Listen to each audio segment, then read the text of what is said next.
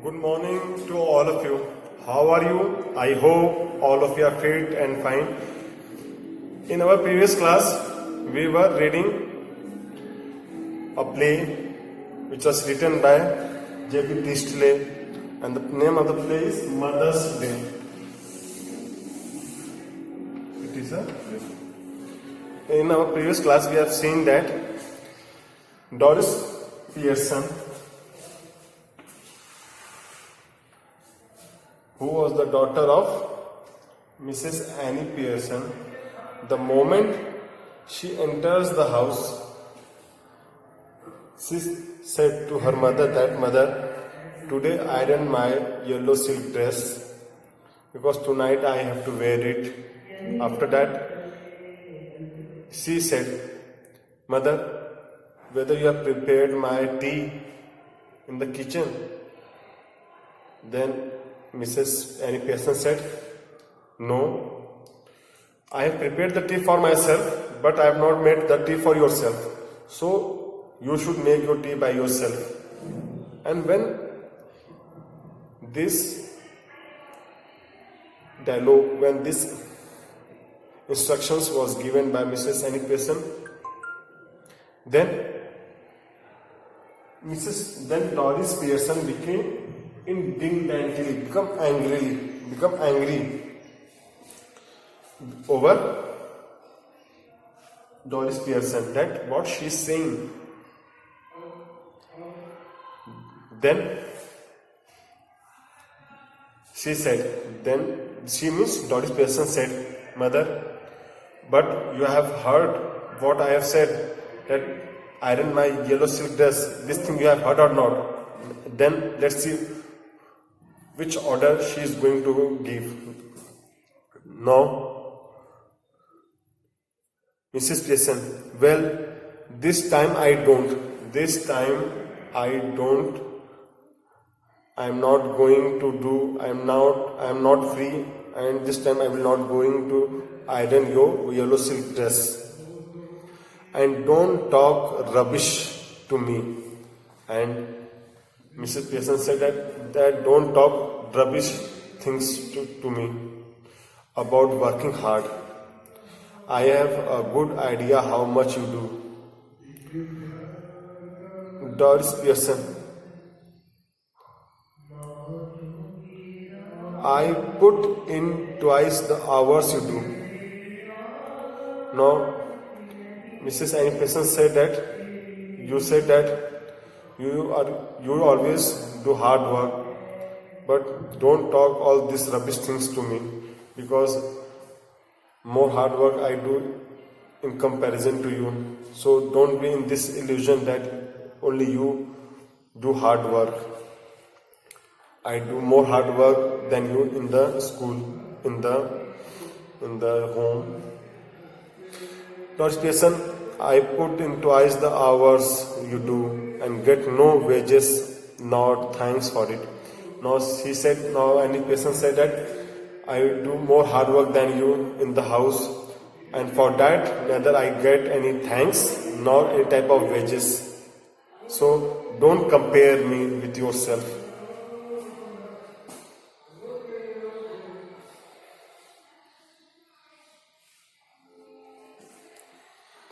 Why are you going to wear your yellow silk?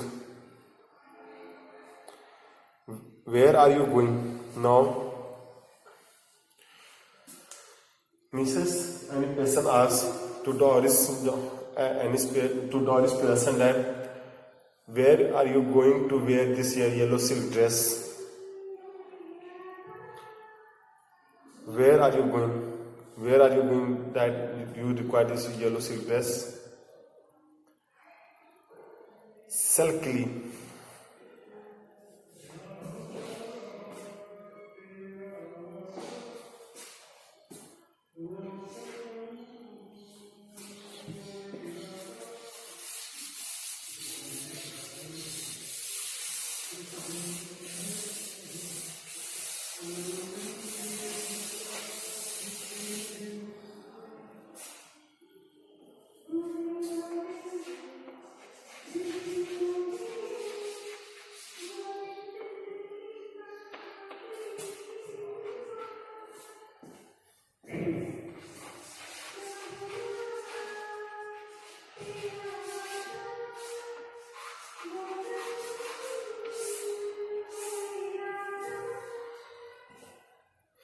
Now, Mrs. Pierce, not Doris was gloomy, was very sad.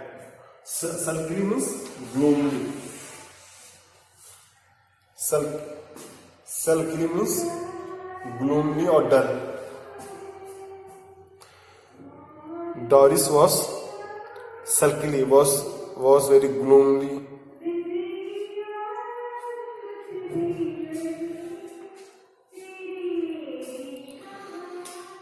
Doris sulkily out with Charlie Spence, because Mrs. Pearson had asked that where are you going to wear this yellow silk dress? Then Doris said that I am going out with Charlie Spence. That's why I iron my yellow silk dress. Then Mrs. Pearson, why you are going to, why are you going to with Charlie Spence? Doris wildly. Why? Means she became angry that why I should not go outside with Charlie Spence? Wildly, why? Then why I can't go outside with Charlie Spence? What's the matter with you? Why shouldn't I go out with Charlie Spence if he asks me and I want to? Because she means here Doris Pearson was well prepared to go outside with Charlie Spence, and the moment when Mrs. Annie Pearson said that why are you going outside with Charlie Spence? Then Doris Pearson became angry that why I can't go outside with Charlie Spence? What's the matter with him? Any objection? She said to her mother that any objection with Charlie Spence? Go on. You might as well tell me. Mrs. Pearson, severely, can't you find anybody better? Mrs. Pearson said that you have found only Charlie Spence to go outside with him. No one was better than him. I wouldn't be seeing that with Charlie Spence. Buck teeth and half-witted. Buck teeth means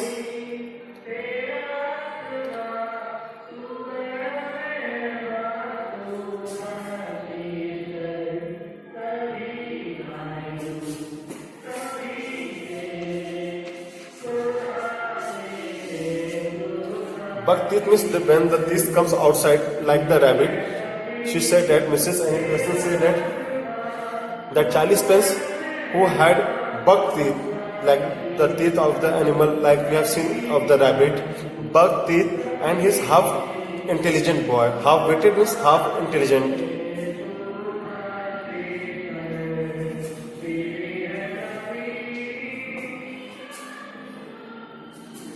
Doris, he isn't.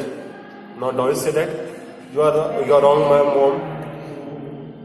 That he doesn't have buck teeth, and he's not half-witted. Mrs. Pearson, when I was your age, I had found somebody better than Charlie Spence.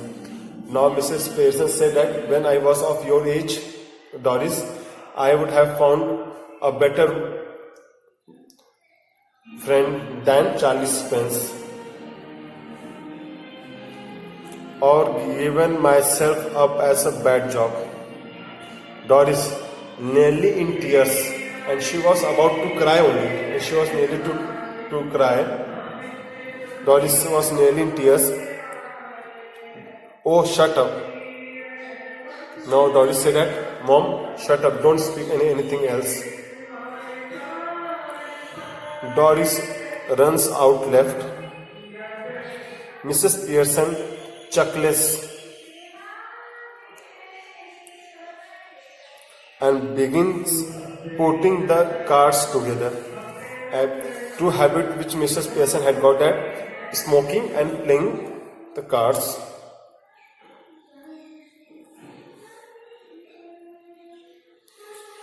After a moment, Cyril Pearson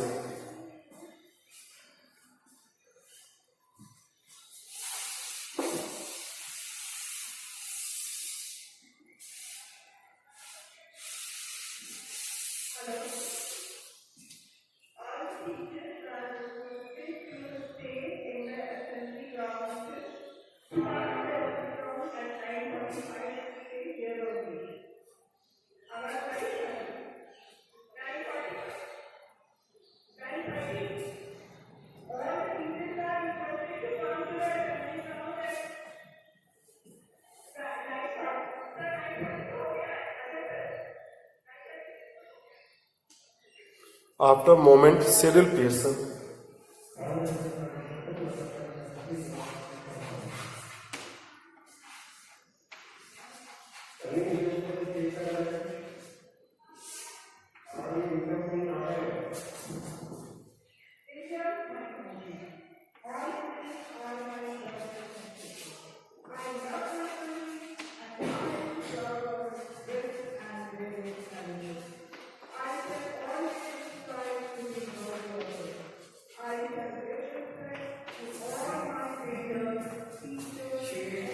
Cyril Pearson.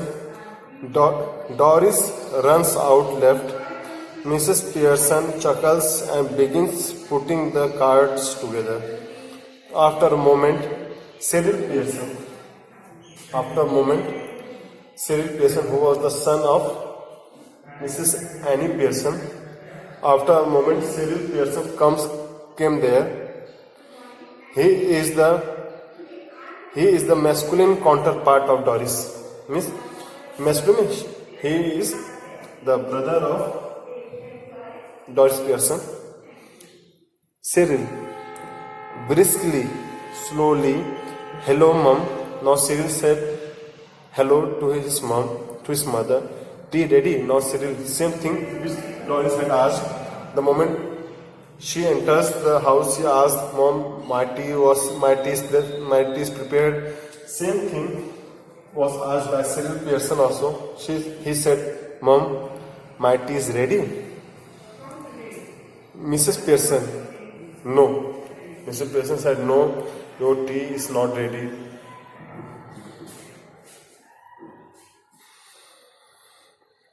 Cyril, moving to the table, annoyed.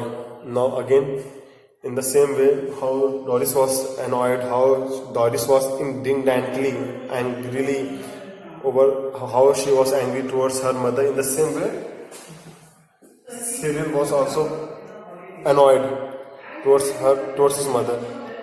Why not? Why not means why you have not prepared the tea? Mrs. Pearson, coolly, "I couldn't bother." Mrs. Pearson said that I couldn't bother that you will take tea. That's why I had not prepared the tea for you. Cyril, feeling of color. Feeling of color.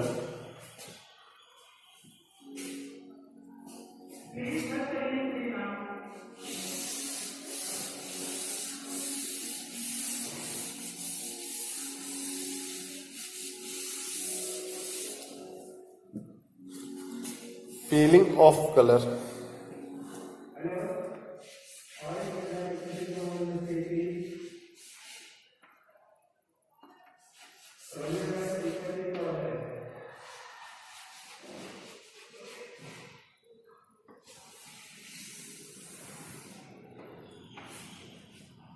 Feeling of color means that she was not feeling well. Slightly ill.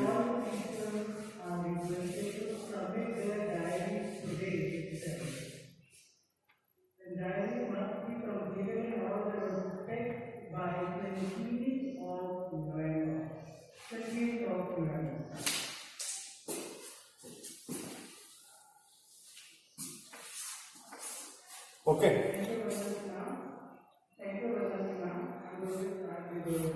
feeling of color means she was slightly ill. Cyril, feeling of color or something. Now Cyril said that, mother, mom, you are not feeling well or something, that's why you have not prepared the tea. Mrs. Pearson, never felt better in my life. She said, never I have felt better in my life. Cyril, aggressively, what's the idea then? Mrs. Pearson said, just a change, means just a change. That's why I have not prepared the tea. Cyril, briskly. Cyril, in a slow tone, said, well, snap out of it. Snap means break suddenly and completely. Cyril, briskly, well, snap out of it means suddenly comes out of it. Ma, and get crackling and great cracking, haven't too much time. Cyril is about to go when Mrs. Pearson voice checks him. Mrs. Pearson, I have plenty of time. Now Mrs. Pearson said that, yes, I have plenty of time. Cyril, yes, but I haven't got a busy night tonight. Now Cyril says that, yes, of course, but I haven't got a busy night tonight. Moving left to the door, did you put my things out? Now Cyril said that, mother, you have put out my all the things which I have to wear outside. Miss Pearson, coolly, can't remember, but I doubt it. Mrs. Pearson said that, I can't remember all this thing and I am doubtful that whether I have kept all this thing or not.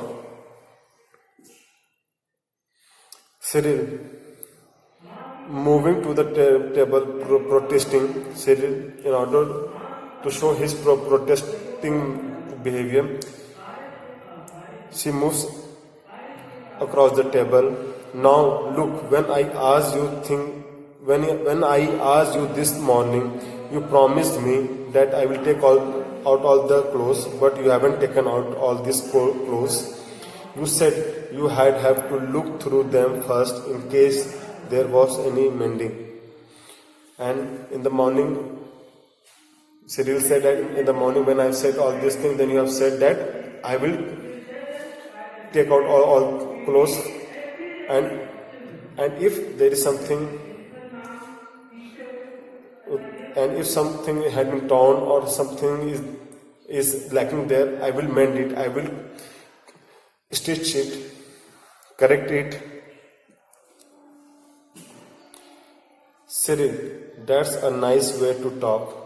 What would happen if we all talk like that? Now Cyril said that, that's a nice way to talk, mom. That is the nice way how to talk, mother. That would happen if we all talk like that. And if the way, mother, you are talking to me, in the same way, if all of you will talk like that only, that thing will be good. Mrs. Pearson, you all do talk like that. Now Mrs. Pearson, it reminds Cyril Pearson that also talk like that only. The first time I have used this language, then you have started feeling bad. But every day, all of you are using the same language, and this language is good.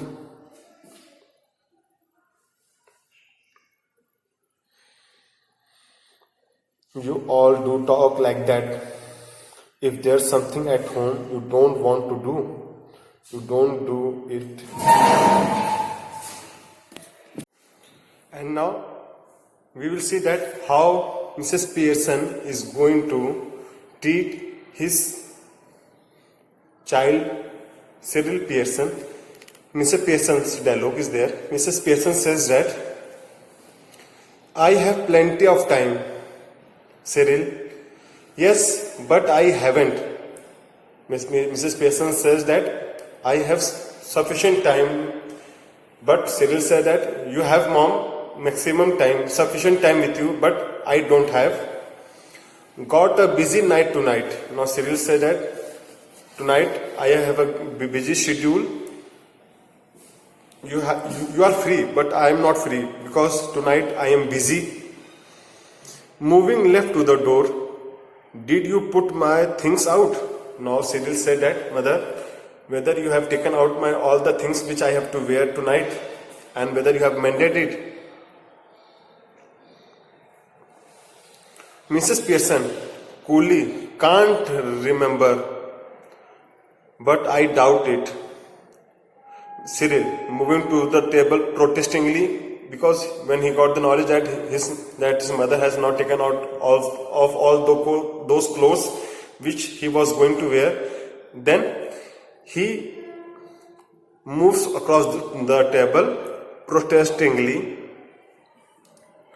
Now look, when I asked you this morning, now Cyril reminds Mrs. Annie Pearson that in the morning when he had told that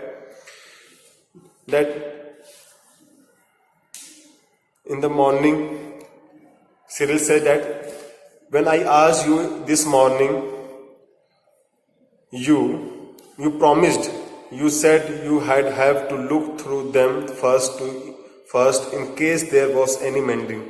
In the morning, Cyril said that when I have said this thing that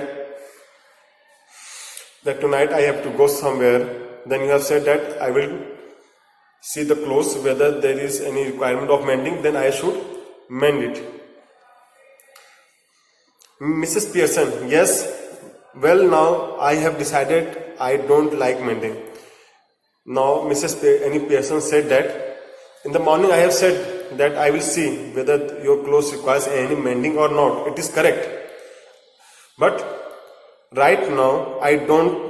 Right now means in the morning Mrs. Annie Pearson was the real Annie Pearson, but in the afternoon, in the evening, their personality, their soul has been changed. That's why now Mrs. Annie Pearson said that now I don't remember how to mend your clothes, because the real thing is that inside the body of Annie Pearson, Mrs. Annie Pearson, the personality had came of Mrs. Fizzle. That's why now she said that no, I don't know how to mend the clothes. Cyril, that's a nice way to talk. What would happen if we all talked like that? Now Cyril said that this is a good way how to talk. Mrs. Pearson, you all do talk like that. If there's something at home you don't want to do, you don't do it. If it's something at your work, you get the union to bar it. Now all that's happened is that I have joined the movement. Now Mrs. Annie Pearson said that you all do talk like that. Means the way, the behavior which I'm showing towards you, this is the behavior you always present in front of me. So why you're feeling bad? Because the same behavior which you have shown me, same thing I am showing you. So you should not feel bad, because for every action there is equal and opposite reaction. Means the Newton's laws which we have learned also many times in our junior classes, that how you present your action in the same way and in the equal portion it comes back. Means the way you behave towards other person, in the same way other person also behave to you. In the same way here Mrs. Annie Pearson said that the behavior which I am showing towards you, this is the same behavior you present in front of me. So don't be shocked.